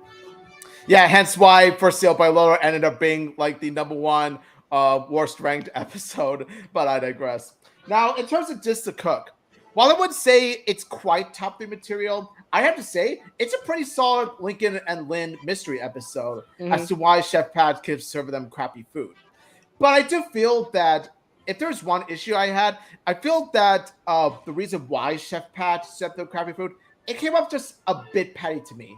But I think everything else about it really worked with how it turns out the Chef Pat had a connection to Rita. I thought that was a pretty intriguing. Yeah, I felt like if we could have more past episodes like that, like them in the past, that would be pretty cool to actually have for Loud House episodes. But nonetheless, I think that was I didn't expect it to be number 3, maybe like 6, 7, but there you go. This the Cook being one of the top 3 episodes from Loud House last year. So congrats. It's like This the Cook. Now they will have the bye, but they will face off with the winner of the 14-19 seed in the first round. So let's reveal who number 14 and 19 are. Based off your votes, number 14 with 100 votes goes to Grub Snub. It's the Lenny episode. It's the Lenny versus Lincoln episode. Lenny comes into Gus's Games and Grub, and tries to invade against Lincoln. We'll talk about that episode later. Yeah. And they'll face off against the number 19 seed with 87 votes, Cowpie Kid. So, how do you feel about this matchup here? Now, Grub Snub, like with Undercover Mom, I like how it was set up. Like on paper, you would expect it to be a solid Lincoln versus Lenny episode, but it ended up kind of being a bit of a disappointment because of how it was executed, especially the ending. Oh my god, that ending gag was just it was just all kinds of just mind-numbingly stupid. Just why do you have to end with that? Yeah. Are you kidding me? I feel like with Grub Snub, they could have done more with the interactions between Lincoln's squad and Lenny's squad, especially when you got Lincoln and Lenny who are facing off against each other. My thing about the Grub Stuff episode is the fact that they actually remember Lenny's friends, so you actually do get Jackie and Mandy back. So it's like, yay, we finally see Jackie and Mandy. Woo-hoo. Points for that. Points for that. That's the only points I can give for that. And I love the competition between Lenny's friends versus Lincoln's friends. I thought that was great. The ending definitely was a questionable item. But then you talk about Cowpie Kid, which is pretty much a Liam and Lynn episode. A secondary character with one of Lincoln's siblings. I think that one is a better episode to me. Yeah, honestly, Cowpie Kid, I feel is ranked too low. I feel it should be ranked higher because I really like Liam. Liam was a really, really good team player, and I love the bond that Liam shares with Lynn. I hope to see more of that. Yeah. All right. Anyways, that's your 14-19 matchup. So yeah, that will be happening in the first round. That will start this week. So keep your eyes peeled for those voting polls. Let's head over to the bottom. Let's finish up the Loud House division with this bottom bracket here and reveal the last remaining seeds. Let's head over to the number 7 seed. Based off your votes, the number 7 seed with 109 votes goes to Flying Solo. Flying Solo, the episode where Lincoln was the singer and then Clyde started to become, yeah, not a friendly person to Lincoln by trying to sabotage his singing career. Omid, 7? How do you feel about that? Yeah, I'm sorry, but no, just no. See, the thing is, it could have been great. You could have done something good with a Lincoln Clyde competition, like you did with Resident Upheaval. Like you could have had both Lincoln and Clyde trying to sabotage each other. But no, you had to make Clyde so unlikable, so selfish, so deplorable to his best friend Lincoln, up to a point where he would try to steal Lincoln's voice. Honestly, stealing voice, that's new levels of messed up. I'm sorry, but just why would you try to go on your way to steal Lincoln's voice just so that you could get the main part? Okay, just why? Now, just like with Saved by the Spell, Lincoln and Flying Solo was great. I felt it was a bit too forgiving, but overall, he played a really great role, especially Asher Bishop's angel-like voice. Oh my god, that kid's going places. Clyde really crashed this episode. Yeah, Clyde really crashed and burned this episode. I still say this definitely should have been like around the 10 or 11, but I didn't expect it to actually become this high. I'm guessing just because of Lincoln and Clyde and Lincoln's singing voice. Maybe that's the reason why it ended up getting high, but no, I cannot fathom what happened with Clyde when he tried to sabotage Lincoln's voice. This is your best friend you're talking about. Why would you do this, Clyde? I know, seriously. And Lincoln didn't even tried to help. He even tried to give the part to you, Clyde. And now you're paying with this? Just no. I'm sorry, but Clyde, no. In this episode, you are levels of despicable. You are completely despicable. This episode got the first round bye, and I'm like, okay, well, I guess it's going to get that first round bye. It will face off against the number 10 and 23 seed in the first round. Let's give you those matchups right now. On the number 10 seed, based off your votes, with 104 votes, number 10 is Election. It's the episode where Lanny tries to become the mayor of Royal Woods. And it faces off against the number 23 seed with 66 votes. How the Best was won. Okay, so that one I think is going to be a no-brainer, I believe. Election looks like to be the better episode. Yeah, I think it looks to be far better. Like, based on these two episodes, it's pretty ironic how, like, these are two episodes based on tough competitions, and yet they're competing against each other. So it really takes ironic word competition to a new level. Like, it really emphasizes the word competition. Now, as for what I would vote for Election. Yeah. I would say Election would definitely take over the cake. I understand How the Best was won. It's more of like Zach and Rusty taking against Lincoln and Clyde. I can totally see that definitely didn't work out compared to what Election has. So yeah, definitely Election. I can totally see them beat. I can see them beat the How the Best was won and probably beat Flying Solo, but we'll see. It's definitely going to be based on the voters, like I said. So. I really hope it beats Flying Solo. I hope Election beats Flying Solo. Oh, gosh. Oh, gosh. All right, let's finish up with the last 3 episodes to reveal the number 2 seed based off your votes with 135 overall. Number 2 seed, no surprise here, it's Camped. Number 2 is Camped. There you go. Number 2 overall seed, Camped. It makes sense. Definitely one of the best specials from the Loud House. Having the family in a huge adventure like this. Yes, absolutely. adore this episode. It's my pick to win. It's my pick to win. You pick to win, even over Dream a Lily Dream. Yeah, honestly, like Dream a Lily Dream is my second favorite season 5 Loudhouse episode. Camped, however, is my number 1 favorite of the season, and honestly, it's one of my top 3 favorite Loudhouse episodes ever. It is just so grand, so amazing to watch. Yes, it just definitely was. The entire Loud family worked really well together. I just love the whole family working this episode. I think this definitely does make sense to be number 2. So yeah, number 2 overall. It will face off in the second round against the winner of the 15-18 seed in the first round. Let's reveal those last 2 episodes for you. Number 15 with 99 votes goes to Hurl Interrupted, and then number 18 with 91 votes goes to Director's Rut. So these 2 episodes are going to face off with each other. It's a Lin episode versus a Luann episode. Something tells me there's going to be an upset here.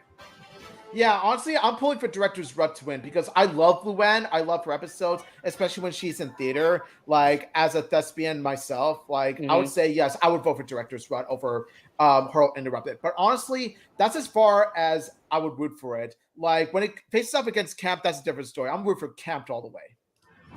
So yeah, that's pretty much it for our tournament right here. But overall, this is the Loudhouse bracket. And there you go. The Loudhouse side is pretty much complete. Omid, how are you feeling about this bracket so far? Do you feel like everybody voted well on it? I would say that it doesn't know how I feel about the Loudhouse bracket. I would say there are some I agree with, some that I really don't agree with like at all. But in terms of the parts I agree with, yes, Camped and Dreamy Lily Dream, honestly, yes, top 2 best Loudhouse episodes of 2021. I completely agree with that. Number 1 is Dream a Lily Dream. Number 2 is Camped. For me, I would switch them around though. I would say my number 1 is Camped and my number 2 is Dream a Lily Dream. Yeah, so I have to say this though, first round matchups do look really interesting. I love the fact that we actually did have Rumor Has It versus Training Day again facing off with each other. after they seem like better rivals. They're sort of like the Yankees versus Red Sox. Yeah, it kind of does. And then there's like I said, the first round matchups looks absolutely like interesting considering that there's some episodes that could face off that could beat like the higher seed. So Zack Attack, Animal House, I can definitely see those 2. Cowboy Kid beating Grub Snub. Director's Rut being Hurl Interrupted. This is the reason why we have March Madness. It's just amazing to see this. and like I said, some of the top 8 episodes don't look great. I mean, Saved by the Spell, Omid, you already put your point on about Saved by the Spell. And then Flying Solo being that high, I thought that was interesting of it to become that high, but there you go. This is how the people voted for it. Flying Solo? How about Flying So No? and then later on at the end of after the end of Flying No. Yeah. Later on at the end of revealing the Casagrandes best Casagrandes division bracket, we will show you the new thing we have called the last 4 out, and we'll show you which episodes were just that close of making it into the tournament. Just so close to making it into the tournament if they only had enough votes. Are you ready for the Casagrandes side? The Casagrandes side of things. Are you all ready for it, guys? I know I am. I know. Amin is ready. I'm pretty sure you all are too. So let's bring it up again. The music of Super Smash Bros. Ultimate. Play it.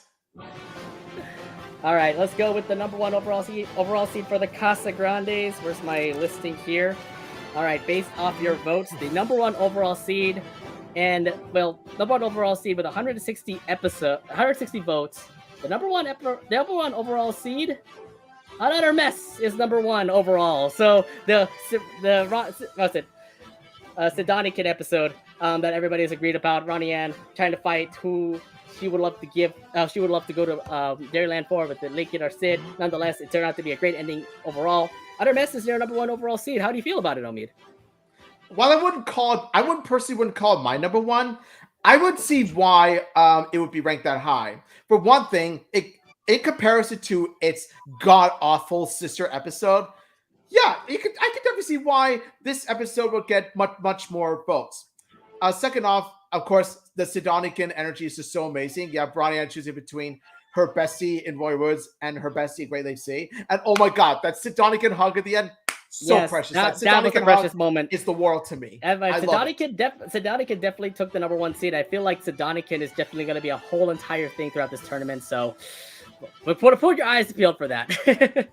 Yeah. So definitely. Number 1. So Another Mess has got the first round bye. They will face off with the first round matchup winner with the 16th, 17th seed. Let's go ahead and reveal those for you. Number 16 overall, based off your votes, 81 votes for where is it at? Achy Breaky Art. It's the episode where Frida had an art show and then a critic started to criticize his artwork. And then the 17th seed with 73 votes, that goes to Fluff Love. Okay, Omid, this matchup looks pretty one-sided to me, but Omid, how do you feel about these two episodes? Both of these episodes work in their own ways. I do feel that both these episodes should have been ranked a bit higher, but that's just me. Yeah. Now with Achy Breaky Heart, it manages to do what Much Ado About Nothing should have done, in that it presents a message pretty much to not just artists, but pretty much creators of any kind, which is that you're always going to meet your critics. You're always going to see your haters like hating on what you do. Don't let them get to you. Keep on doing what you're doing. Yep. And pretty much screw the haters. Now, the thing about Fluff Love is the fact that it's just more of a Carlitos episode trying to get a penguin plushie. I thought that was actually adorable. But I don't feel like Achy Breaky Art definitely would take the cake on this one. Just because of Frida, plus the whole entire squad just trying to help Frida out of the situation. But yeah. Yeah, I would say Achy Breaky Heart too. Like, it manages to, like, for a vulnerable character like Rita, she actually has shown to have a much more, thicker skin than what we give her credit for. Exactly, yeah. Well, that's going to be a good matchup, though. I want to see how this all turns out. But let's actually move to the bottom half of this bracket here with the number 8 seed overall. Based off your votes, number 8 seed is Strife Coach. So it's that episode where Mrs. Kornicki becomes the gym coach for the school, and Ronnie Ann and Sid and the squad turn out to be lazy. So what happens is that Mrs. Kornicki tries to do some things in school to make a whole lot better. I mean, is it worth it to make him a number 8 seed? Yes, I would say this, that now Strife Coach is a really good episode. I would say like it's number 8 tier, it's top tier episode, but only, and I mean only, in comparison to its sister episode. It's god awful. Now here's the thing. Trashy. Here's the thing. If you wanted Gossipy Girl to actually become like one of the worst episodes, that means Strife Coach should have been one of the top 5, but instead it was 8.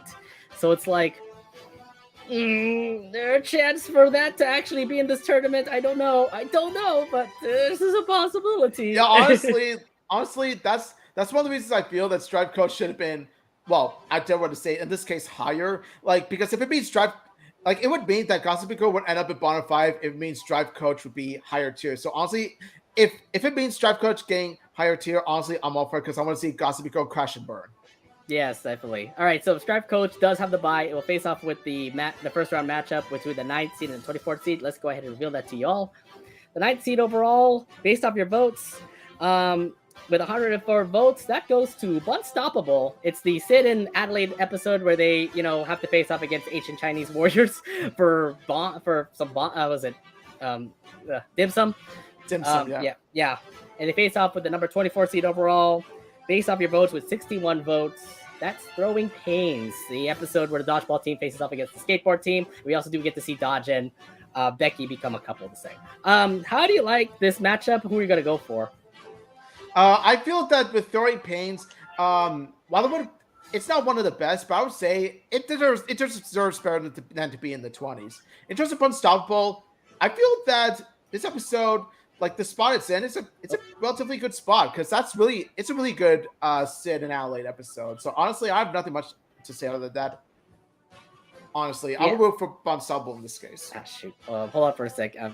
My moves here. There we go. So I would say so too, but Unstoppable definitely is the better episode in this case. Throwing Pains is great. I love the competition between both of them. I do love the fact that Dodge and Becky are a couple, but I do love the story of Sid and Adelaide in the Unstoppable, so gotta pick them. And I feel like they'll beat Strife Coach. Will they beat an Utter Mess? That's another issue. Yeah, honestly, good luck with that. Yeah, Sedonican power is real. Sedonican, I think, is going to dominate this Casagrandes side. All right, let's head over to the bottom half of this top bracket here. We'll start off with the number 5 seed overall. Based off your votes, number 5 seed with 113 votes, is teed off, and yes, thank goodness, I got this. I got my Lori episode back. I love it. It's Lori and Bobby. I'm sorry, Bobby being jealous of Lori because Lori is trained by under this guy named forgot the guy's name. Either way, um, Bobby's jealous, and she tries his best to compete. Yeah, win. Bobby tries his best to like play golf to impress Lori. Nonetheless, this was a great episode. It kind of feels like it's a more of a jealous episode of Bobby. It's just cool to see it. I mean, how do you feel it being in the top 5 of this bracket? Honestly, I'm gonna say this: it deserves it. I really love T-Doff. I really do love T-Doff, and I love the emphasis of Bobby and Lori's relationship in this. How Bobby like shows his jealous side, and how we've shown that while he does care about him, and this episode shows how he does deeply care about Bobby and Lori's relationship, and he'll go through any lengths to protect it, even if it means like cheating and stuff like that. Which, yeah, while it may go a bit far, you can tell that Bobby really does value his and Lori's relationship more than anything else, and so that's why I really do respect this episode. I respect Bobby in it. Yeah, I definitely love this episode. Teed off definitely deserves the top 5 spot. I know undoubtedly one of the best episodes of the Casagrandes in 2021. It will face off with the first round matchup between the 12 and 21 seed. Let's reveal those episodes to you. Based off your votes, 95 votes on the number 12 seed. It's Guilt Trip. It's the episode where Bobby and Ronnie Ann tried to give their mom a trip of the lifetime to say. And they'll face off against the 21 seed with 66 votes. Do the Fruit Shake. Interesting little matchup here. Hamid, what are your thoughts? What are your thoughts on this? Honestly, Guilt Trip is one of my favorite Casagrandes episodes, so I feel that it should have been ranked amongst the top 10 at least. In terms of Do the Fruit Shake, though, I feel that it could have been ranked like in the, I don't know, lower 10s, like say 19, 18, or 17 or something like that. But other than that, though, yeah, I got nothing else much to say other than that. Guilt Trip is a heartwarming episode. Just the fact that Ronnie Ann and Bobby will go through lengths to give Maria the trip that she deserves. So, yes, I would say that, Guilt Trip, forget top 15. It should be top 10. And honestly, I vote for Guilt Trip too. I wish it had gotten higher because it is a tough matchup for me. Because Do the Fruit Shake definitely was one of the better Carl episodes. Plus, you also get to see Maybelle's little pass there, which I thought was something I never expected to see. Like Maybelle to actually have a pass where she was a singer for these tropical fruits. So I do love Do the Fruit Shake. Guilt Trip is definitely one of the top episodes too. It's gonna be a hard decision for me to actually decide which one I'll go for. So I'll wait for the poll to come up and then I'll vote. Yeah, honestly, if Guilt Trip beats Do the Fruit Shake, I'm sorry, but I have to vote for Guilt Trip over Teed Off. I'm sorry, I have to do it. All right.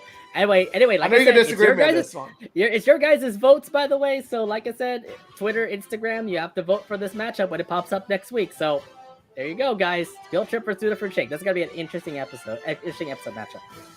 All right, down to number 4, based off your votes. The number 4 seed with 126 votes, that goes to Saving Face. Interesting little concept here because it was more of a Ronnie Ann. It's more of a Ronnie Ann and Sid episode where they try to get the mask on La Tormenta, but it turns out to ruin La Tormenta's career. What do you think? Number 4? Do you think it should be that high? I do like the episode, but I don't love it that much up to a point where I would put it amongst the top tier. Just remember the sister. Just remember the sister episode of Saving Face. Battles of the Cart. Yeah, that could be an explanation why it's so ranked so high. But why was it like that better compared to Matters of the Cart? I don't get it. It could have been at least, like equal. I think it's much better than Matters of the Cart, but in terms of the gap, yeah, it's pretty surprising. Like Saving Face is definitely the better of the two, just by the fact that it's a Sidani episode. We finally get a break from we finally get a break from the scamming boy who takes a lot of the spotlight. We focus on this, at least this episode, it focuses on the character that should be focused on. It's Ronnie Ann. Like Sidani. It's Ronnie Ann and Sid. Yeah, so Sidani, and I love that. So either way, it's more of a good Sidani episode for them to rescue each other when they try to save La Tormenta and her struggling career to save. All right, so it gets the first round bye. It will face off with the first round matchup between the winner of the first round matchup with the 13 and 20 seed. Let's reveal those to you now. The number 13 seed, based off your votes, with 91 votes, The 13th seed is Babysitter. It's the episode where was it Carlota and Bobby had to fight for babysitting the kids and going to Par's birthday. It'll face off with the 20th seed, based off your votes with 67 votes. Dynamic Do-Over. So let's go. Whoa. Now, Number Dynamic 20. Do-Over, Number Injustice. 20. Injustice. How Number dare 20. How dare you How put was Dynamic that Do-Over bad? this low? In the 20s? Are you kidding me? No. Even top 10s would be too low for an amazing episode like Dynamic Do-Over. No. It should have been at least top 5 or top 3. Hell, like, it would be the best if it was number 1, because honestly, I'm just going to say this. Out of all the Casagrandes episodes that are, like, in this bracket, Dynamic Duomo is my favorite amongst all of them. Yes, I do say it. Dynamic Duomo is my favorite amongst all of them, and that includes the Sidonican episodes. Wow. Nonetheless, can you actually see the number 20th seed go all the way to the top to the best episode of the Casagrandes? It's gonna be hard though. It's a long road for them. It's a long road. I can only hope. Honestly, we never see Cinderella. We never see Cinderella's come up. You know, I mean, I can see Dynamic Do-Over beat Babysitter and then beat Saving Face, but can it beat Teed Off? Can it beat Another Mess? That's the toughest matchup right there. Can it beat Another Mess? Yeah, honestly, if Dynamic Do-Over manages to pretty much be the Casagrandes episode to beat all the others, it will be the best Cinderella story that, you know, has like ever come out. It'll be the best Cinderella story ever to say, because you never see a seed so low go all the way up to the championship. Like, that's gonna be crazy. Yeah, I'm sorry, but no. Hashtag justice for Dynamic Do-Over. I want you all to trend this right now. Hashtag justice for Dynamic Do-Over. I do want to say this though. Dynamic Do-Over versus Babysitter. Babysitter though is a really good episode as well. Carlota and Bobby fighting. Yeah. Now here's the thing. I really love Babysitter. I really do. The comedy is always on point, and I love the back and forth banter between Carlota and Bobby. But in comparison to Dynamic Do-Over, no. Dynamic Do-Over, like, honestly, I prefer that episode much, much more. I would say so too, but like I said, this is going to be a tough matchup. The voters are the ones who are going to be, you know, facing off here. This is going to be an interesting little matchup between these two episodes. So I can't wait to see how this all results. I hope Dynamic Do-Over does take the upset, but it all depends on the voters, guys. You all gotta try do something about this. I don't get you people sometimes. I'm sorry. I'll never understand why you do so much damage to what I consider to be one of my absolute favorite Casagrandes episodes ever. It's top 3 Casagrandes episodes ever. All right. Hashtag justice for Dynamic Do-Over. So let's head over to the bottom half of the bracket, and we start off with the number 6 seed overall. Based off your votes, the number 6 episode overall with 112 votes, Zoomergency. It's the Chang's 30-minute episode special. Definitely number 6. I definitely say top 10 episodes, so awesome to see it at number 6. Omid, how do you feel about that? Yes. I honestly, I love Zoomergency, so yes, it deserves to be among the top 10. Honestly, for me, I would say, like, it deserves to be among the top 5 because I love Zoomergency. Definitely love how Zoomergency. it focuses on Sid. It gives a spotlight to Sid, and we often see Sid, like, you know, be Ronnie Ann's sidekick, but this time we have Sid be her own character. And not only that, we have her be her own character for 30 minutes, not just a 10-minute episode. It's a 30-minute episode. Yeah, I have to say Zoomergency definitely my pick to hopefully win this whole entire tournament, because it definitely was an awesome Chang's episode. But number 6 overall, can it beat an Utter Mess? Maybe. I kind of hope that it does. We have to see how it goes. But I do have to let you know it does have a very, very tough road ahead of them, because we're gonna feel it does have the bye though, but we're gonna reveal the 11 versus 22 seeds. So let's the first round matchup with 11-22. Let's go ahead and reveal them right now. Based off your votes, I hate how this ended up. But number 11 with 195 votes, Operation Popstar is number 11. Ooh. And it will face off with the number 22 seed with 66 votes, Tooth or Consequences. So I'm questionable about this. Tooth or Consequences is definitely going to lose to Operation Popstar. But you're going to see the specials face off in the second round. That's going to be a tough one. Omid, how do you feel about the 11-22 matchup?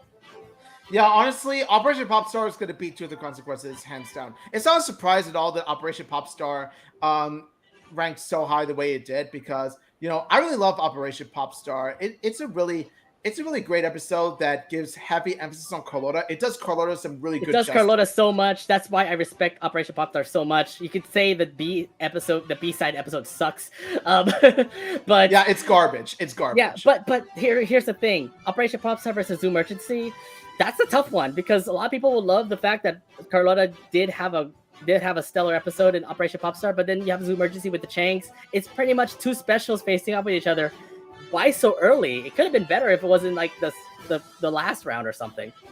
Like, here's the thing. Like, honestly, like, if Zoo Emergency and Operation Popstar do face off, I'm gonna have to vote for Zoo Emergency because I love that episode more. But however, like, if not for the B plot, like, if Operation Popstar like just had its A plot only and that was it, I'll only tell you, honestly, I would have voted for Operation Popstar, honestly. Just by the A plot alone. But the B plot brings it down. It's so absolutely tough. It's so absolutely tough for me because I do want both of them to actually make it to become the championship, the Casagrandes best episode. But now you're gonna give me the stalemate in the second round because I'm like, crap, who would I vote for? Zoo Emergency or Operation Popstar? They're both good episodes. What am I gonna pick? Oh, this is so stressing now. Yeah, like I said before, Operation Popstar, the A plot, golden, just absolutely about it. It's just amazing. The B plot, anything but amazing. So that's why I vote for Zoo Emergency. All right. This is going to be a tough one for all of you, by the way. Once they hit the second round, Operation Popstar versus Zoo Emergency. I know we didn't do a matchup for that specials mini tournament. So that's going to be a tough one to watch if you got to see Operation Popstar. Ooh, can't wait to see how this goes. All right, let's head over to the number 3 seed overall.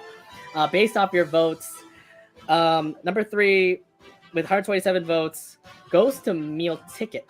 The Sadani episode with as they try to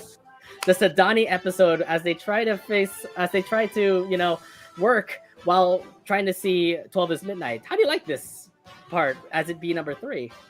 Now, I want to agree with this. I want to say that it deserves to be among the top 3 because most of what did work, like Ronnie and Sid, of course, being such a dynamic duo with a K-pop concert environment, like everything about it is just like when it captures the K-pop environment like down to a T. Like from the concert itself to the food trucks to the atmosphere, everything about it worked. What brings it down though, is a particular flock of feathers ruining everything for Ronnie instead. That's what brings it down. Okay. Had it not been for Sergio, I would have agreed. This would have been a 10 out of 10. But no, Sergio had to ruin everything. Everything. I just feel like it's just more of a precious moment to have Sid and Ronnie Ann work together to get themselves, 12 is Midnight concert tickets. They tried their best. But of course, you always get to see Sergio ruin everything. And they were about to actually perform with 12 is Midnight. And then they obviously had to save, Casey and the food truck. So that's a tough. Nothing against the episode itself. It's really solid, but it's just Sergio keeps it I don't feel like it's number 3 material. I think there's better episodes than that. Maybe Zoo Emergency, but no, it's number 3. Ugh. I'm sorry. Meal Ticket could have been perfect. It could have been a perfect K-pop concert episode, but what kept it from being less than perfect? It's still solid, but what kept it from being less than perfect is, of course, Sergio itself. Seriously, I want my bird soup right now. I'm hungry for bird soup. Let's go. All right, bird the soup. Let's go. The soup. So Meal Ticket will get the bye in the second round, but it will face off with the first round matchup between the 14th and 19th seed. Let's reveal those to you right now. The number 14th seed overall with 83 votes goes to Karate Chops. It's the episode where Carl and Adelaide face off in a karate competition. Carl cheats, and obviously Adelaide is the better karate person. It's like Karate Kid. Only his favorite movie, by the way. Yeah, I'm a huge fan of the Karate Kid franchise, including the Cobra Kai series itself. So yes, I really do like Karate Chops. I feel it's best place in amongst the top 15. I really like that Carly episode. And it'll face off with the number 19 seed based off your votes. With 68 votes, it's Chancla Force. So technically two Carl episodes facing off with each other. Who do you feel? Which episode do you feel is the better episode? Obviously, I'm gonna root for the Karate Kid episode to beat the Star Wars episode. I love how it's referencing to like two classic movies: Karate Chops with Karate Kid and Chancla Force with Star Wars. although to be fair, the Chancla Force episode was kind of fun just because a chancla pretty much ruins everybody's career, everybody's like lifestyle to say. I never expect everything to be so loose from the parents. Like, Maria, I can't believe you're like this. Oh, I can't believe Frida. I can't believe Carlos is like this. This is insane. Yeah, honestly, the best part about Chancla Force is easily Rebel Maria. Oh my god, Rebel Maria. Okay, Oof. calm yourself now. All right, so that is going to be that bracket. Let's reveal the last episodes here in this bracket here, and we'll start off with the number 7 seed. Based off your votes, the number 7 seed with 110 votes goes to Date with Destiny. It's the episode where Ronnie Ann and Bobby try to get was it Arturo and Maria together via a message from what was it Ernesto Estrella. So number 7, what do you think? Honestly, I can see why. Date with Destiny, of course, is a really solid episode. I feel that it's a really good sequel episode to Horoscope. But this time around, it focuses on like, Ernesto, Ronnie, and Bobby trying to get their parents back together. I really liked the episode. It was really fun from start to finish. And I love the mature ending it goes for. That just because your parents are divorced doesn't mean you're not family anymore. You can still be family even if their parents are divorced. So I really like that message. So yeah, I must say, no doubt about it, definitely one of the better episodes. I think this does deserve like a top 10 spot, but never 7 ain't bad for them. Date with Destiny faces off with, it's going to have the second round bye, but they will face off with the first round matchup between the 10th seed and the 23 seed. Let's reveal those episodes to you right now. Number 10, based off your votes, 98 votes goes to Home Improvement. It's the episode where Laird tries to find a place for a movie night, and they end up going to Arturo's place. And they'll face off with the number 23 seed with 65 votes spinoff. It's the episode where CJ spins for in a competition and then has Par as his coach to say. How do you like this matchup? Who are you going for? Honestly, in terms of Home for Improvement and spinoff, I feel that the numbers should have been reversed. It should have been spinoff in number 10 and Home for Improvement in 23. Not that Home for Improvement is necessarily bad. It's just that like Laird himself isn't that great. Everything else around Laird though was just downright hilarious. I laughed at every single joke at everything else that's centered around Laird, like the other characters and the other gags and stuff like that.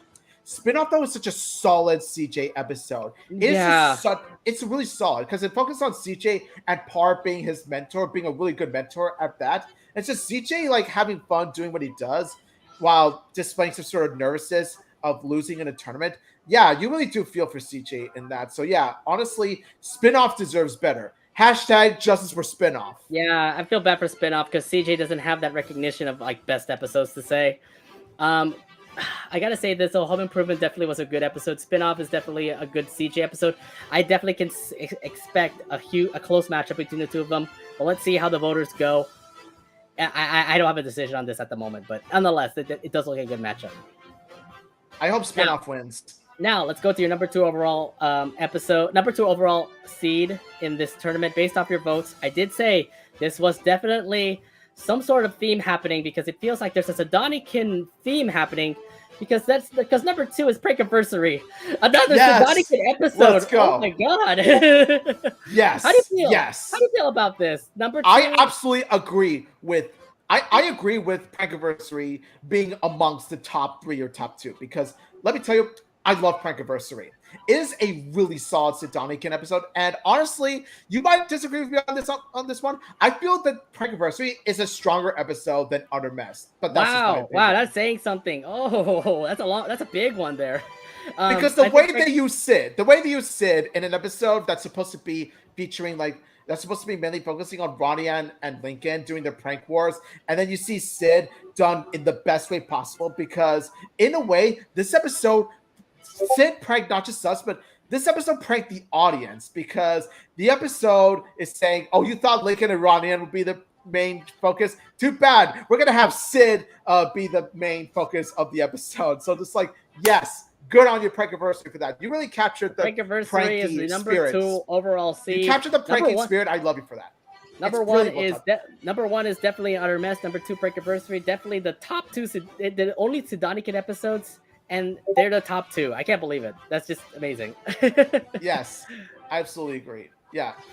Sid at the episode at the end, it was brilliant. Sid, the way they did Sid at the end was just brilliant. So Prankiversary would be will take the bye, but they will face off with the winner of the first round matchup between the 15 18 seed. Let's reveal those last 2 episodes for y'all right now. Number 15 with 83 votes goes to I Breakfast Bot, and number 18 seed. Oh boy. based Oh off your God, votes, no, number no. 72 with only 72 votes, number 18 overall. It's Fool's Gold. Fool's Gold's number 18. Okay. Oh my God, Nate, you scared me, man. You scared me. No, don't ever do that again, dude. Don't do that. I thought you were going to be talking about that other episode. Right? If you were the real episode, I was ready to like. I was pretty much ready to like break my laptop when you mentioned that episode. I'm not kidding. You were expecting was it Gossipy Girl to be in this tournament, but it is not in this tournament. So I fooled you all. Yes. It's not Thank in the tourney. you. So Thank there you go. It is not Thank in you. the tourney. Yes. Good. It doesn't deserve Okay, to be. Let's break this down here. I Breakfast Bot versus Fool's Gold. Who do you feel? Which episode is the better episode? Who do you think is gonna win? It doesn't really matter to me. I feel that I can't really debate on whether neither of these episodes are too high or too low. I feel they're just right. Yeah, I feel so too. I don't know who to decide between the two of them. I Breakfast Bot, I would say maybe the better episode in this one. Fool's Gold, I was kind of like, it's kind of a foolish episode between the two guys, between all the guys trying to find gold. I feel like I Breakfast Bot is definitely going to take the cake, but Prankiversary definitely does look like a direct route for them all the way going high. So, oof, I have to say this though. If Prankiversary faces off with Doom Emergency, that's going to be a tough one to pick. Oh my God. Either way, that's pretty much yeah. It kind of is. It kind of is. Anyway, this is the Casagrandes version, the Casagrandes side of the tournament. Omid, anything that stand out to you that you want to talk about?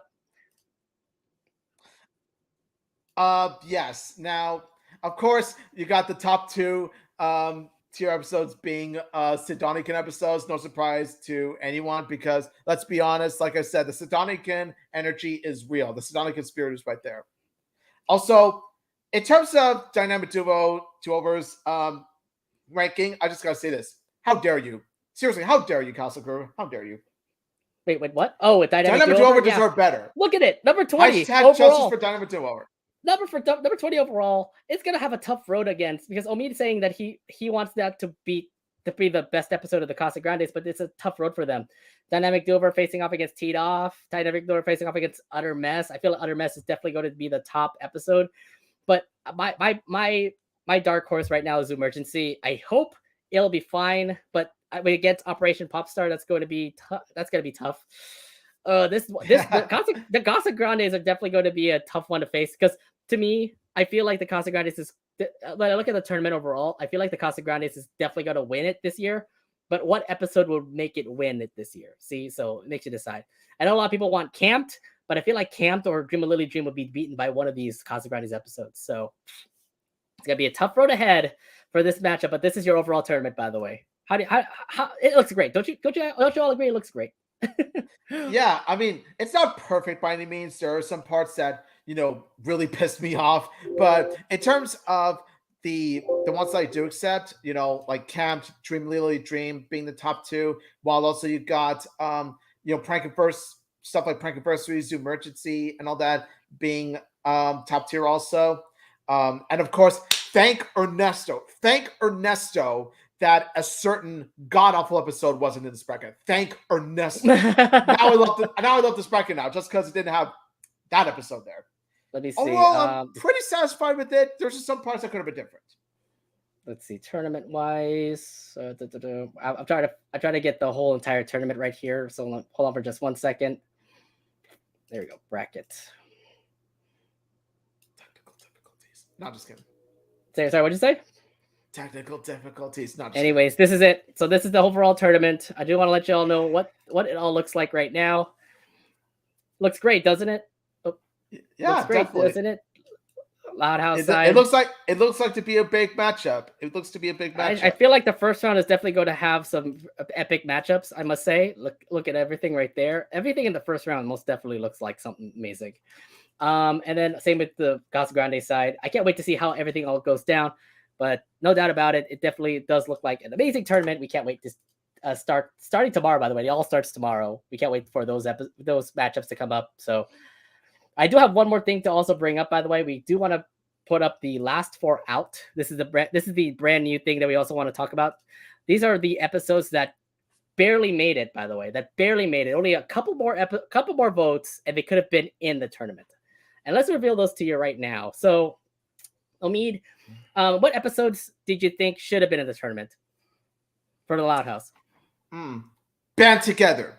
Band in the Nick of Time. Like, how dare you? In the Nick of Time deserve to be in the bracket. Honestly, come on, guys. In the Nick of Time was solid. Oh, you say In the Nick of Time? Well, it got second overall. So it was 62. Whoa! Only that much votes, and only a couple more votes, and In the Nick of Time could have been in the tournament. No, you did my girl dirty. Loud crowd, how dare you? I'm sorry, you did my girl dirty, man. How dare you? Yeah, it was quite interesting too. I didn't expect to see In the Nick of Time to become like in the bottom to say, but yeah, that happened. I know Omid is not okay with that. In the Nick of Time, not in the least bit. It was the last four out, barely made it. But there was one episode before In the Nick of Time that could have actually been like 1 or 2 votes that could have been in the tournament, and that's Broadcast Blues. Broadcast Blues could have been in the tournament if only a couple more votes could have brought in. I mean, first off, nobody liked Broadcast Blues just because of Chandler. So yeah. Yeah, honestly, Chandler was a huge pain. But then the ending was really satisfying to see because like Chandler got his karma in the best way possible. Yeah. And then number 3 overall for the Loud House. Omid will not like this either. Dad Reputation also wasn't number 3. Could have been in the tournament, but did not. So why y'all hate on Luna now? Why y'all hate on Luna? All the Luna episodes. It's interesting. All the Luna episodes didn't make it to the tournament. I'm surprised. Wow. I'm surprised. Nobody likes my girl anymore. I'm upset. If anything in the Nick of Time should have been in it. But no. Loud crowd, you're breaking my heart. My achy breaky heart. Breaking my heart, guys. All right. And then number 4, the one episode that could have been in the tournament, but if it only had like 10 or 15 more votes, the Loudly Bones could have also been in the tournament as well. But that had a long way to go. I mean, Loudly Bones was not a bad of an episode, but could have been in one of those like bottom spots to say. Loudly Bones was okay, but man, In the Nick of Time and Dad Reputation, they deserve justice. Hashtag justice for Luna Loud. Hashtag justice for In the Nick of Time. Hashtag justice for Dad Reputation. Please comment that below right now. Sorry, all Luna fans. I'm sorry, but the voters voted something else than the Luna episodes this year. Oh. I feel like quitting now. Like honestly, y'all don't. I feel like quit Loud Casa talks around because honestly, like y'all don't deserve to watch us. Y'all don't deserve to watch us anymore. Now, the last 4 episodes, this is going to be surprising for the last 4 episodes of the Casagrandes that barely made it, by the way. If only a few more votes could have gotten them in, if only there were a few more votes that were tallied to them, that would have gotten them into the tournament. The first episode that could have made it into the Casagrandes was Undivided Attention. Undivided Attention could have been in. That wasn't really one of the best episodes to say because it didn't really help Carlota. So, yeah. Honestly, I have to say that it's understandable why it wouldn't make it to the bracket. Yeah. So, yeah, Undivided Attention was number 1. Could have been in there. Number 2, by the way, but if it only had 7 or 10 more votes, it was Gossipy Girl that could have been in the tournament. Wow. Thank it was God. Almost there. It was almost there. Guys, we completed our mission. Gossipy Girl is not in the tournament. Gossipy Girl's not in the tournament. Let's celebrate. Woo! Yeah. Screw that episode. That was close. Should have been made in the bottom 5. It should have been in the bottom 5, but that was close. Very, very close for it to be in the tournament. I honestly don't understand why it would be remotely close to being in the tournament. It's honestly the worst Loud Casa episode I've ever seen. Like I said, it's the worst. I don't know why the voters ended up actually giving like Gossipy Girl a chance to actually make it. That's a lot of votes, by the way, 59. I mean, why? Versus Teacher's Fret. Teacher's Fret had like only 20 votes. 59 for Gossipy Girl. That's a lot. You all said you hated the episode. I thought the fandom was going straight to dominating with Stripe Coach, but no. It surprised me too. And I was like, oh no. Honestly, I'm very upset that it didn't make it to the bottom 5, but at least didn't make it to the tournament. At least it's not in the tournament. Be happy about that. Yes. NCW. You know, the NCAA, it's like if a team has COVID, then they are automatically out. Can we do this in, in this tournament? Oh, this episode is disqualified for certain reasons. That's why undivided attention comes into the tournament. Yeah, we don't do that. We don't do that. At least Gossipy Girls. At least your all hated Gossipy Girl is out. Okay, guys, it's gone. It's not in the tourney. Y'all are okay. All right, then we'll go to number 3 and 4. With only 57 votes, La La Land would have also made it too if it only had like a couple more votes to come in. But I mean, La La Land is not bad of an episode. It was one of Lala's first episodes. It was definitely sweet, but that was not enough to actually make it to the tourney this time. Yeah, honestly, La La Land was pretty heartwarming. It was pretty good. It's understandable why it wouldn't make it to the tournament though, because there are stronger Casagrandes episodes. All right, and then last but not least, last episode that could have made it to the Casagrandes bracket flight plan, but that one was more of, well, I didn't expect it to actually make it to the tournament, but still, yeah. Yeah, it was actually like it was a pretty fun episode with the Casagrande boy trio and how they want to go fly this plane. But yeah, honestly, flight plan. I thought it was a good but not great episode, so it's expected. So I have to say this will mean the 2 Lona episodes not making it to the tournament. I obviously think that you're pretty upset about that, but they were oh, that's an understatement. That's an understatement. Like, we're gonna have words. Like, Loud Cloud, Casagru. Honestly, based on what it's saying, yeah, we're gonna have a long chat about it. That's a lot. That's only. I mean, like only a couple more words. You could have gotten it, but it was part of the last 4 out. Yeah, it's unfortunate that it couldn't be able to make it, but it was just a slim amount of votes that could have been in. And then, of course, for the Casagrande sides, I'm pretty sure everybody rejoiced that Gossipy Girl didn't make the tourney, but it was so close, just so close to make it there. It could have been the number 24 seed. It shouldn't have been that close to begin with. Just by the fact that it was close to being in the tournament, honestly, really gets me on its own. Because honestly, yeah, Gossipy Girl has like little to no redeeming qualities whatsoever. It is just one of the worst episodes of a TV show I've ever seen. It's just so unwatchable. All right. Well, that's pretty much it for our tournament reveal. I do want to ask one more question of me before we head out. Which episodes are you rooting for in this tournament? Who do you going to be putting your money for which episode is going to win the whole entire championship? Honestly, you already know I'm going to be rooting for Camped to win, like, in this entire bracket. Like, honestly, I am pulling for Camped to win it the most. The other episodes I'm rooting for also are Dynamic Duo of course, Dream and Lily Dream, Zoomergency, Prankiversary, and that's pretty much all I can say about that. From the way I'm seeing it, if I can ever do like one of those tournament bracket things and pick which episode will defeat which episode, that kind of thing, I could definitely see. Man, this is tough. Dream of Lily Dream is definitely going to win the Loud House side. Maybe Camp, because Camp definitely does look great. I really have my dark horse with Zoomergency. I kind of feel like it could be the best Casagrandes episode this year, but I really don't know. It really is unpredictable with how the people are going to vote, but this is why we have these tournaments. Hey, we never expected Gossipy Girl to get 59 freaking votes about this. I'm sorry. I get a massive headache just thinking about it. I know, right? See how unpredictable people are when it comes to voting. So this is how it all ended up, guys. And we are about to start this tournament again, starting tomorrow. We're going to start with the 9 versus 24 episode. So Fright Bite versus Resident of Evil, Unstoppable versus Throwing Pain. So check on Twitter, check on Instagram.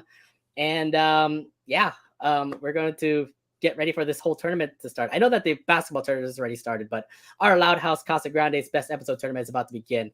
So get your voting sticks ready. Get ready to vote on those polls. This is our March Madness, okay? Like, this is our March Madness. So yeah, get your ballots out and get ready to dot on which episodes that you want to win.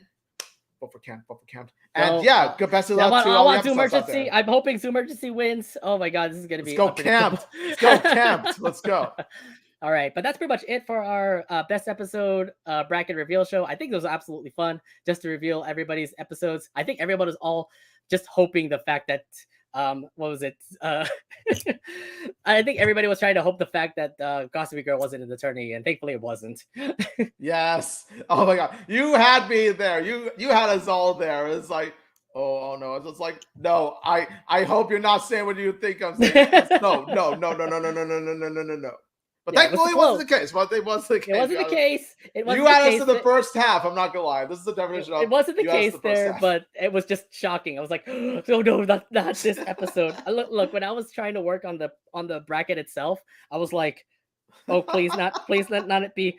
Please, I hope we have more votes than whatever Gossip Girl has. Please, please." Oh my- Thankfully it did beat. Thankfully it didn't beat everything. I'm just still shocked about the top five, the bottom five though. I think that's the most. I think that's the one thing that was shocked about in today's episode. The bottom five was definitely the one that I didn't expect. Like these episodes, really? Maybe for the Casagrandes, yes, but for the Loud House, really? Yeah, honestly, I'll never understand why For Sale by Loner and Diamonds Are Forever ended up there. As for the Casagrandes, like numbers 2 and 3, Teacher's Friend, Just Be Cool, like I said, they are right where they belong. Mm-hmm. All right, that's pretty much it for us here on the special episode of the fan page of the Loud House, the episode tournament bracket reveal show. Tournament starts tomorrow, so check on Twitter, check on Instagram for your voting polls, and yeah, let's start this tournament. Anyway, that's it for us here. My name is Nate. And this is Omid. Thank you all so much for watching. Thank you all so much for the support. And yeah, get ready to vote for the Loud House of Casagrandes episodes you want to win. And always remember, democracy rules. And until next time, smell you later, Loud Crown and Casa Crew.